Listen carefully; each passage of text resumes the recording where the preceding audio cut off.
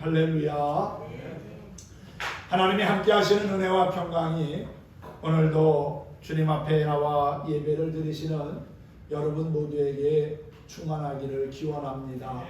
출애굽기 14장 10절에서 14절의 말씀을 가지고 하나님이 행하시는 구원을 보라 라는 제목으로 은혜 나누기를 원합니다. 하나님은 이름도 없이 빛도 없이 긍휼과 자비를 베풀고 선을 행하는 자에게 평강의 기쁨을 주십니다. 그 평강이 여러분의 마음에 늘 충만하기를 소망합니다. 어느 콜택시 운전기사가 호출을 받고 손님의 집 앞에까지 가서 초인종을 누르자 할머니의 희미한 응답 소리가 들렸습니다. 문을 열어보니 모든 가구에 천이 덮여 있고 짐은 박스 안에 정리되어 있었습니다. 미안한데 짐 좀 들어주구려. 의사 말이 내가 살 수 있는 날이 얼마 남지 않았다고 하는데 가족이 없어서 호스피스 병원에 들어가려는 중이요. 기사는 할머니를 부축해드리고 짐도 날라드렸습니다. 슬픈 표정으로 정든 집을 바라보며 차 문을 닫는 할머니에게 어디로 갈지 묻자 할머니는 시내를 지나 병원으로 가달라고 답했습니다. 시내로 가면 길이 많이 막힐 시간이었지만은 운전기사는 할머니가 다녔던 학교와 결혼식을 올렸던 예배당과 젊었을 때 일했던 직장을 차례로 들려주었습니다. 할머니는 도착하고서 차비가 얼마냐고 물었는데 운전기사는 값을 받지 않고 무료라고 대답을 했습니다. 할머니는 귀한 선물을 받았다며 고마워했습니다. 운전기사는 자신이 할머니의 소원을 들어주지 않았다면 할머니가 얼마나 서운했을까를 생각하며 보람을 느꼈습니다. 비록 오랜 시간을 그 할머니와 보낸 것은 아니지만은 어떻게 보면 2시간 동안 그 할머니를 모시고 다니면서 운전기사도 나름대로 자기 어머니를 생각하면서 많은 그러한 생각을 했다고 보여집니다. 비록 큰 일은 아니지만 그래도 선한 일을 한 것에 대한 마음의 기쁨이 있었습니다. 우리가 알게 모르게 선한 일을 행하다 보면은 하나님이 주시는 위로와 평안이 있다는 사실이지요. 그래서 언제 어디서 누구를 만나든지 간에 늘 선을 행하기를 힘써야 될 줄로 믿습니다. 늘 그러해야 하겠지만은 특별히 사순절은 우리가 십자가에 고난받으신 예수님을 묵상하면서 사랑을 실천하기를 힘쓰는 기회로 삼아야 될 줄로 믿습니다. 사랑을 실천하고 하나님이 우리에게 주신 복을, 은혜를 흘려보내다 보면은 다른 사람에게도 기쁨이 되고 나의 마음에도 주님이 주시는 기쁨과 풍성한 은혜가 있게 될 거라고 믿습니다. 한 아들이 대학 입학 기념으로 컴퓨터를 사달라고 아버지에게 부탁을 했습니다. 그런데 아버지는 기숙사로 들어가는 아들에게 성경책을 주면서 이제 대학생이 되었으니까 말씀을 읽고 하나님을 잘 섬기라고 했습니다. 그리고 학교에 가면 꼭 성경 빌립보서 4장 19절의 말씀을 읽어보라고 했습니다. 시큰둥한 아들은 툴툴거리면서 성경을 기숙사 방구석에 처박아 두었습니다. 시간이 흘러서 졸업을 하게 되었습니다. 시골에서 아버지가 올라왔지만 아들은 전혀 기쁘지 않았습니다. 아버지는 기숙사에 처박아 두었던 성경의 먼지를 털어 아들에게 주면서 지금 빌립보서 4장 19절을 읽어보라고 했습니다. 아들은 마지못해 읽으려고 성경을 폈는데 나의 하나님이 그리스도 예수 안에서 영광 가운데 그 풍성한 대로 너희 쓸 것을 채우시리라 하는 말씀과 함께 컴퓨터를 살 수 있는 100만 원짜리 수표 2장이 성경 속에 끼워져 4년 동안 묵혀 있었던 것을 보게 됩니다. 때로 우리는 하나님 아버지께서 베풀어 주시는 은혜 안에 살면서도 그 은혜를 깨닫지 못하고 불평하고 원망하며 살 때가 많이 있는 것 같습니다. 하나님은 우리 안에서 선한 역사를 이루시는 참 좋으신 아버지시지요. 하나님께서 나를 위하여 행하시는 진정한 구원을 볼 수 있기를 소망합니다. 이스라엘 백성은 애굽에서 400년 넘게 오랜 세월을 종살이하다가 하나님의 사람 모세의 인도함을 따라서 애굽에서 나오게 됩니다. 그것이 이제 출애굽의 역사지요. 물이 피로 변하는 재앙에서부터 시작해서 장자의 죽음에 이르기까지 애굽에 내려진 10가지의 재앙을 이스라엘 사람들은 두 눈으로 똑똑히 보았습니다. 그들은 이제 죄와 우상 숭배의 나라, 고난과 눈물과 한숨으로 얼룩진 나라, 노예로 살았던 애굽에서 나와 자유를 얻게 되었습니다. 그런데 애굽을 떠난 지 얼마 되지 않아서 바로가 선발된 병거 600대와 애굽의 모든 병거를 이끌고 이스라엘 백성들을 추격해 왔습니다. 눈앞에 펼쳐진 위기 상황 앞에서 백성들은 심히 두려워하며 원망과 불평을 쏟아내지요. 그런데 하나님의 사람 모세는 지도자답게 당황하지 않고 조금도 흐트러짐이 없이 당당한 모습을 보입니다. 13절과 14절의 말씀을 한번 같이 보시기 바랍니다. 모세가 백성에게 이르되 너희는 두려워하지 말고 가만히 서서 여호와께서 오늘 너희를 위하여 행하시는 구원을 보라. 너희가 오늘 본 애굽 사람을 영원히 다시 보지 아니하리라. 여호와께서 너희를 위하여 싸우시니 너희는 가만히 있을지니라 그랬지요. 불평하고 당황하는 백성들을 향하여서 모세는 두려워하지 말고 가만히 서서 여호와께서 오늘날 너희에게 행하시는 구원을 보라고 외쳤습니다.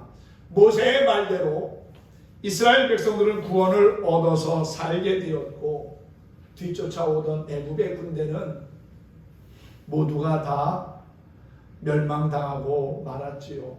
고난과 역경이 많은 세상을 우리가 살아가고 있지만 하나님의 도우심으로 성도들은 반드시 승리한다는 사실을 믿으시기 바랍니다. 하나님께서 행하시는 구원의 역사가 여러분의 삶 가운데 일어나기를 소망합니다. 우리 인생에는 크고 작은 많은 장애물들이 있습니다. 오늘 10절의 말씀이지요. 바로가 가까이 올 때에 이스라엘 자손이 눈을 들어 본즉 애굽 사람들이 자기들 뒤에 이른지라. 이스라엘 자손이 심히 두려워하여 여호와께 부르짖고 그랬습니다. 이스라엘 백성들은 자신들을 뒤쫓아오는 애굽의 군사들을 보면서 두려운 마음을 가졌다고 했지요. 10절에 보니까 눈을 들어 본즉 그랬습니다. 보는 게 참 중요합니다. 무엇을 보느냐에 따라서 마음이 흔들리고 또 잘못될 수도 있기 때문에 그렇습니다. 사실 이스라엘 백성들은 위기 앞에서 문제를 볼 것이 아니라 뒤쫓아오는 애굽의 군사들을 볼 것이 아니라 그들을 능히 이길 수 있는 전능하신 하나님을 바라봐야 했다는 사실이지요. 그런데 마귀는 우리에게 자꾸만 문제를 크게 보게 합니다. 문제의 답을 가지고 계신 하나님을 봐야 하는데 그 하나님은 보지 못하게 하고 문제만 보게 한다는 것이지요. 그래서 사람들은 문제 앞에서 낙심하게 되고 근심하고 걱정하고 절망에 빠지는 것 아니겠습니까? 사랑하는 성도 여러분, 삶에 문제가 찾아올 때, 내 인생의 장애물이 내 앞을 가로막을 때 그 장애물을 보기보다는 그 장애물을 뛰어넘게 하시는 전능하신 하나님을 믿음의 눈으로 볼 수 있기를 소망합니다. 그런데 그 믿음의 눈은 그냥 생깁니까? 아니지요. 하나님의 말씀을 늘 사모하여 묵상하고 깨어 기도할 때 믿음의 눈이 활짝 열리게 될 줄로 믿습니다. 믿음의 눈이 어두워져 있으면 하나님의 역사하심을, 하나님의 구원을 보지 못합니다. 하지만 믿음의 눈이 열리면 나를 통하여 일하시고 역사하시는 하나님의 능력을, 구원의 역사를 보게 된다는 사실이지요. 열왕기하 6장에 보면 아람의 군대가 이스라엘 성을 포위하는 그러한 이야기가 나옵니다. 엘리사의 종이 아침에 나가서 보니까 아람의 군사들이 성을 겹겹이 에워싸고 있습니다. 위기를 만난 겁니다. 엘리사 선지자를 찾아가서 말하지요. 선생님, 큰일 났습니다. 아람의 군사가 우리가 있는 이 성을 에워싸고 있어서 꼼짝없이 우리가 당하게 생겼습니다. 그때 엘리사가 하나님께 기도하여 종의 눈을 뜨게 합니다. 믿음의 눈을 뜨게 하지요. 그리고는 불말과 불병거가 아람의 사람들 뒤에 호위하고 있는 것을, 그들보다 더 많은 하나님의 군대가 있는 것을 보게 합니다. 그리고 결국은 아람의 군사들을 무찌르고 큰 승리의 기쁨을 얻게 하시지요. 믿음의 눈이 열리니까 하나님의 선한 역사가, 하나님의 군대가 눈에 들어온 겁니다. 근심과 걱정은 물론 다 사라졌겠지요. 우리도 살면서 인생의 장애물 앞에서 낙심하고 절망하기보다는 하나님을 향하여 기도하며 구원의 목소리를 높일 수 있기를 소망합니다. 우리가 지금 코로나 바이러스의 위협 앞에서 1년 넘게 긴 그러한 터널을 지나가는 것 같은 시간 속에 있지요. 하지만 반드시 이 터널의 끝은 올 거라고 믿습니다. 코로나 바이러스의 장애물이 우리의 삶을 힘들게 하고 지치게 하고 피곤하게 하지만 이것을 바라보기보다는 그 바이러스의 역사를 물리치고 이겨나가게 하시는 전능하신 하나님을 우리가 믿음의 눈으로 바라본다면 우리의 삶에 찾아오는 크고 작은 질병과 전염병도 능히 우리가 극복하고 이겨나가게 될 거라고 믿습니다. 이스라엘 백성들이 뒤쫓아오는 애굽의 군대를 바라보면서 두려워하여 하나님께 부르짖었다고 그랬지요. 여호와께 부르짖고 여기까지 좋았어요.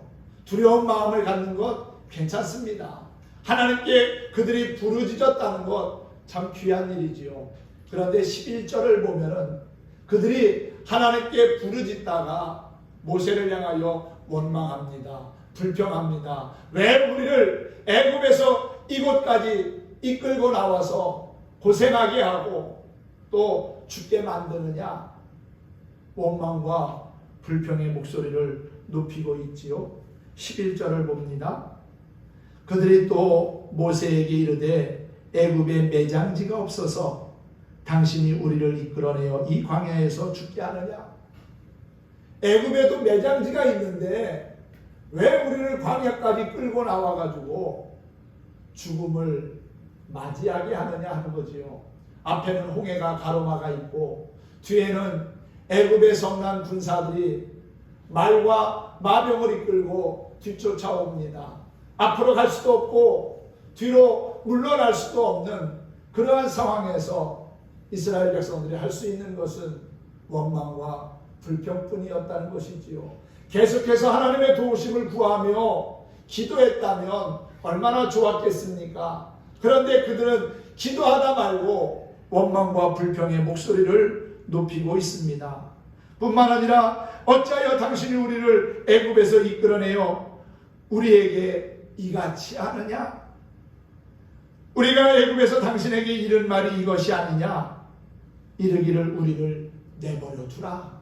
그냥 내버려 두지 왜 우리를 이곳까지 끌고 와서 결국은 애굽 사람들에 의하여 우리의 처자식이 비참하게 죽어야 하는 그러한 상황을 만나게 했느냐는 것이지요. 우리가 애굽 사람을 섬기게 그냥 내버려 두지 왜 귀찮게 이곳까지 끌고 와서 광야에서 죽게 하느냐고 불평하며 원망하는 이스라엘 백성들의 목소리를 듣게 됩니다. 문제 앞에 서면 답답하지요. 사실 이스라엘 백성들에게 이 상황은 하나님의 구원의 역사를 볼 수 있는 기회고 애굽 사람들에게는 멸망케 되는 그러한 시간이었을 겁니다. 병거라고 하는 과거와 홍해라고 하는 미래의 장애물이 때로는 우리의 현재의 삶의 발목을 붙잡을 때가 있습니다. 그래서 미래가 불확실하고 또한 답답할 때가 있는 거지요. 그렇다고 장애물 앞에 낙심하고 마냥 주저앉아 있을 수만은 없는 일입니다. 몇 년 전에 어떤 회사의 직원 선발 시험에 이런 문제가 나왔다고 합니다. 당신은 거센 폭풍우가 몰아치는 시골 밤길을 운전하고 있습니다. 마침 버스 정거장을 지나는데 그곳에 세 사람이 버스를 기다리고 있습니다.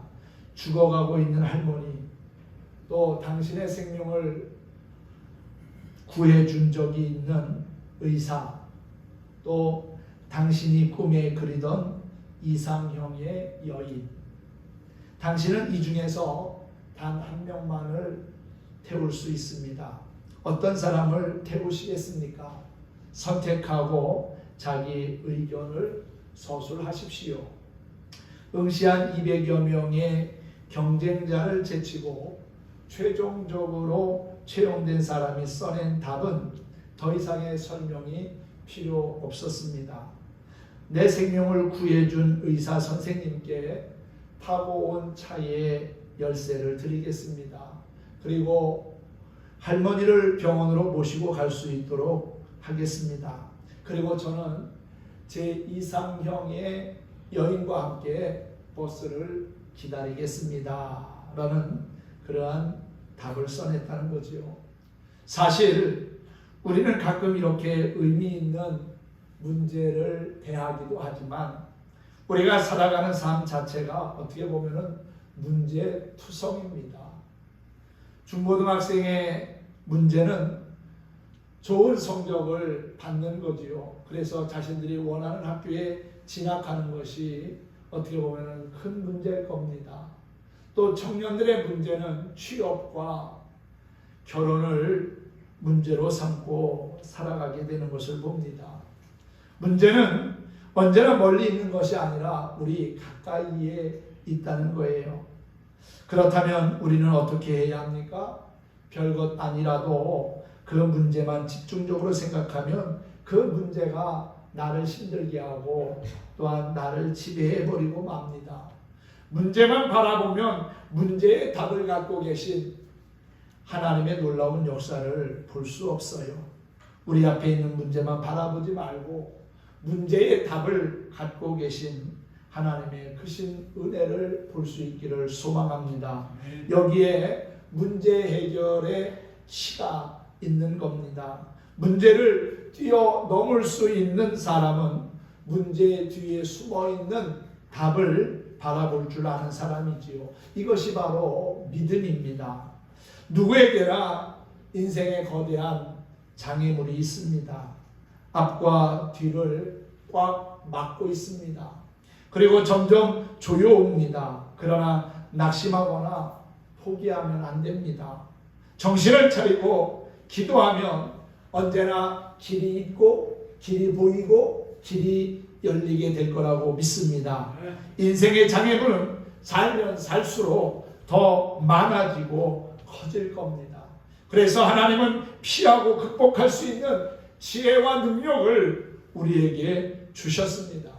하나님을 의지하고 그분께 문제를 맡기면 됩니다. 바로의 군대와 홍해와 같은 거대한 장애물을 만나더라도 우리가 낙심하지 말고 포기하지 말고 하나님께 기도하고 위탁함으로 하나님께서 행하시는 구원을 볼 수 있는 저와 여러분이 되기를 간절히 축원합니다. 불평하면 원망하면 결국 죽음이 찾아옵니다. 오늘 11절과 12절에 보면 그들이 원망하는 목소리를 듣게 되지요. 애굽에 매장지가 없어가지고 우리를 이 광야까지 나와서 죽게 하느냐?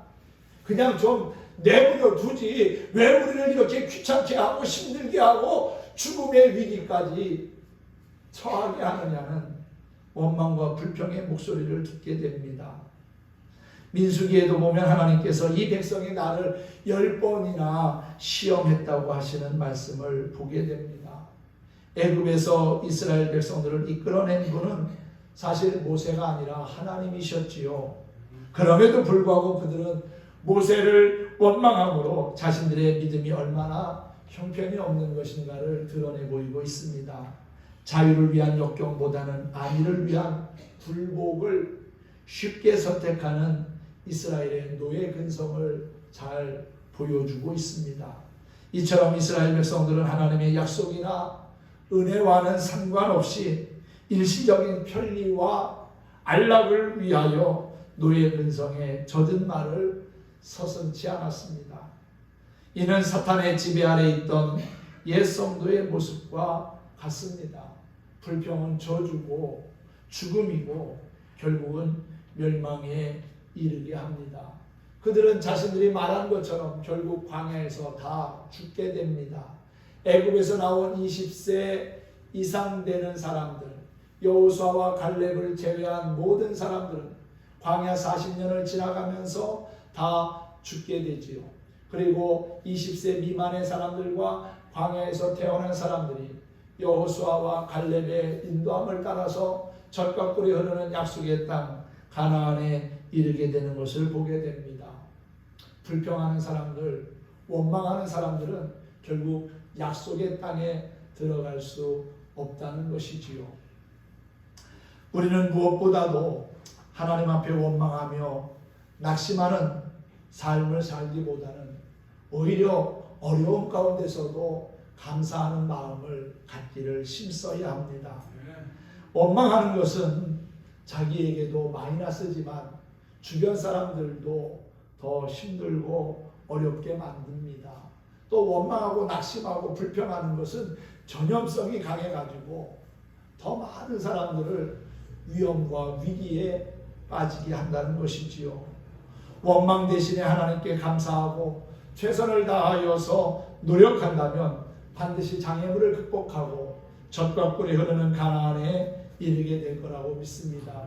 우리의 영혼의 가나안, 하나님 나라 가기까지 우리는 인생에 많은 장애물을 만나겠지만 그 장애물 앞에서 낙심하고 또 불평하기보다는 그 장애물을 뛰어넘게 하시고 장애물을 극복하게 하시고 우리 인생의 진정한 문제의 답을 가지고 계신 하나님을 신뢰하는 마음을 가지고 하나님에 대한 진실한 믿음을 가지고 살아가야 될 줄로 믿습니다. 불평과 원망을 버리고 하나님을 바라보며 기도할 때 하나님께서 행하시는 구원을 보게 될 줄로 믿습니다. 그런 은혜가 저와 여러분 모두에게 충만하기를 기원합니다. 또한 하나님은 우리의 삶에 놀라운 역사를 이루시는 분입니다. 기적을 행하시는 분입니다. 하나님이 행하시는 기적이 여러분의 삶의 현장에도 있어지기를 축복합니다. 13절과 14절의 말씀입니다. 모세가 백성에게 이르되 너희는 두려워하지 말고 가만히 서서 여호와께서 오늘 너희를 위하여 행하시는 구원을 보라. 너희가 오늘 본 애굽 사람을 영원히 다시 보지 아니하리라.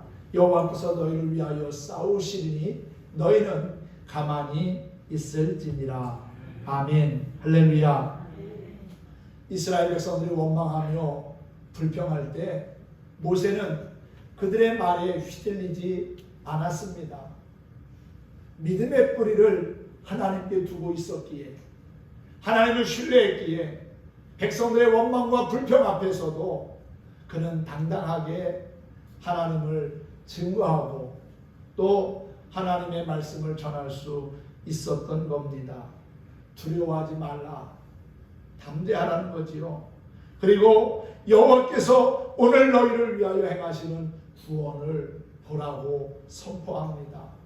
이스라엘 백성들을 애굽에서 나오게 하신 이가 하나님이시라면 지금 홍해 앞에 있는 이스라엘 백성들을 구원하실 분도 하나님이라는 사실을 증거하고 있는 거지요. 애굽에서 나오게 하신 하나님께서 약속의 땅까지, 가나안까지 이르게 하실 것이라고 하는 약속을 하셨는데, 그 약속을 믿고 따라가야 함에도 불구하고 삶의 문제를 만났다고 해서 낙심하고 불평하고 원망하는 일은 어리석은 일이라는 겁니다. 오늘 이 13절과 14절의 말씀은 비록 상황이 절박하다 하더라도 다급해하거나 결코 낙심하지 말고 조용히 그 상황을 지켜보라는 거지요. 넘실대는 홍해의 바닷물이나 중무장한 애굽의 군대를 바라보지 말고 위로부터 오시는 하나님의 크신 능력을 소망하라는 말씀입니다. 우리가 아무것도 할 수 없을 때, 그때는 하나님만 바라보고 의지해야 할 때입니다. 이스라엘 백성들은 모세와 하나님을 향하여 불평과 원망을 쏟아놓았지만 하나님의 사람 모세는 문제를 가지고 하나님께 나아가 기도했고, 그가 기도할 때 하나님은 말씀하셨고 놀라운 구원의 역사를 실행하셨습니다. 할렐루야. 모세가 지팡이를 들고 손을 바다 위로 내밀자 하나님께서 동풍이 밤새도록 큰 동풍이 불어와 바닷물을 물러가게 하셔서 마른 땅이 되어 이스라엘 백성들을 건너가게 하셨다고 했지요. 이스라엘 백성들은 다 건너가서 살았고 뒤쫓아오던 바로의 군대는 물에 빠져 죽었습니다. 홍해의 사건이 이스라엘 백성들에게는 하나님의 구원의 역사였고 애굽 사람들에게는 심판의 역사였다는 것이지요. 하나님의 선하심을 믿고 의지하면 하나님이 우리의 삶을 통하여 행하시는 구원을 보게 될 것입니다. 하나님의 사랑을 의심하지 않고 믿고 따를 때 우리는 구원의 한복판에 서 있게 될 거라는 사실이지요. 하나님은 우리 모두를 사랑하십니다. 그 하나님의 사랑이 가장 확실하게 드러난 사건이 바로 골고다 십자가의 사건입니다. 우리를 죄에서 건지시고 구원하시려고 독생자이신 예수님을 보내주셨고 십자가에서 피 흘려 죽게 하셨습니다. 하나님의 그 놀라운 사랑을 분명히 보여준 것이 바로 십자가라는 사실입니다. 하나님의 구속의 은혜와 십자가의 사랑을 믿고 하나님께 나아오면 반드시 은혜와 기적을 보게 하십니다. 원수의 병거를 물리치시고 인생의 홍해를 가르시고 살 길을 열어주실 것이라는 사실이지요. 우리를 힘들게 하는 모든 장애물을 하나님께서 거두어 주시고 치워주시고 해결해 주실 줄 믿습니다. 시온의 대로를 활짝 열어주실 거라고 믿습니다. 하나님께 입을 크게 열어 부르짖으면 하나님께서 응답하시고 채우실 거라고 믿습니다. 하나님은 결코 우리를 버리거나 외면하지 아니하시는 참 좋으신 나의 아버지라는 사실이지요.